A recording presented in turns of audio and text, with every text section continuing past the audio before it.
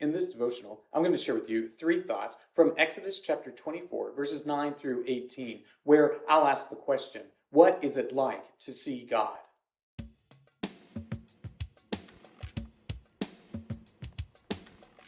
Exodus chapter 24, verses 9 through 18 says, Then Moses and Aaron, Nadab and Abihu, and 70 of the elders of Israel went up, and they saw the God of Israel. There was under his feet, as it were, a pavement of sapphire stone, like the very heaven for clearness. And he did not lay his hand on the chief men of the people of Israel. They beheld God and ate and drank. The Lord said to Moses, Come up to me on the mountain and wait there, that I may give you the tablets of stone, with the law and the commandment, which I have written for their instruction. So Moses rose with his assistant Joshua, and Moses went up into the mountain of God. And he said to the elders, Wait here for us until we return to you. And behold, Aaron and Hur are with you. Whoever has a dispute, let him go to them. Then Moses went up on the mountain, and the cloud covered the mountain. The glory of the Lord dwelt on Mount Sinai, and the cloud covered it for 6 days. And on the seventh day he called to Moses out of the midst of the cloud. Now the appearance of the glory of the Lord was like a devouring fire on top of the mountain in the sight of the people of Israel. Moses entered the cloud and went up on the mountain, and Moses was on the mountain for 40 days and 40 nights. Many people have a desire to see God. Moses himself desires to see God in all of his fullness. But when people desire that, when they want to see that, oftentimes, like Moses, we don't really know what we're asking for. Moses, when he desired to see God, when he wanted to see his glory and his goodness, the Lord told him, I can't let you see all of it or you would die. You couldn't behold God in all of his glory, in all of his might, in all of his wonder. It's just too much for any created being.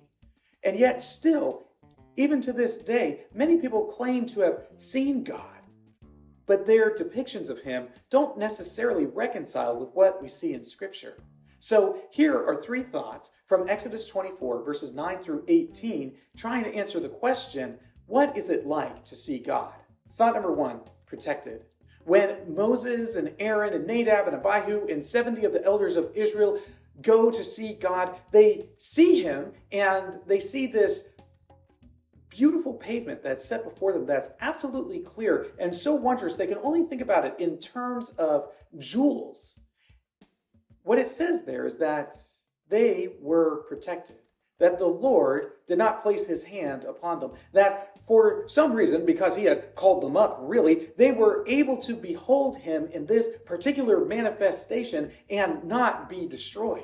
Now, if the Lord had not kept his hand from them, what would have happened? They all would have died.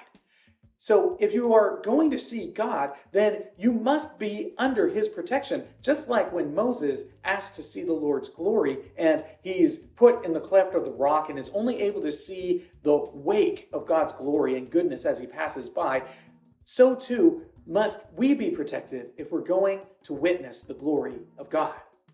Thought number two, cloud. If you remember the story of the Exodus, what were they led by? They were led by the pillar of cloud during the day and the pillar of fire by night. And it's these two images of the cloud and the fire that represent the presence of God atop Mount Sinai. It's described as being enveloped in this great cloud. And this is what Moses experiences as he goes up to receive from God the commandments and the law on these stone tablets that the Lord will provide. It's this great cloud, this thick, impenetrable substance that Moses has to go into that is representative of God's presence. Do I think that seeing God is like seeing a cloud? Well, maybe and maybe not. Some descriptions of God in his temple are that there's a thick cloud there that sort of harkens back to this idea that God represents himself in the midst of thick cloud, just like he led the people of Israel by during the Exodus. Thought number three, fire. God's presence is represented so frequently by fire. Atop Sinai, it's fire. It's fire that leads the people of Israel by night. It's fire that is representative of power and destruction.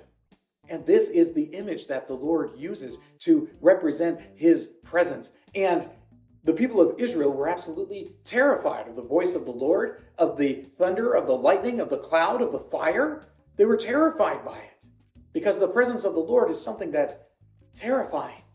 When people talk about the desire to see God, what they fail to realize is that to go into the presence of God, to see him, is something that's terrible to behold because we are fallen creatures and do not deserve or do not have the right to witness God in his goodness.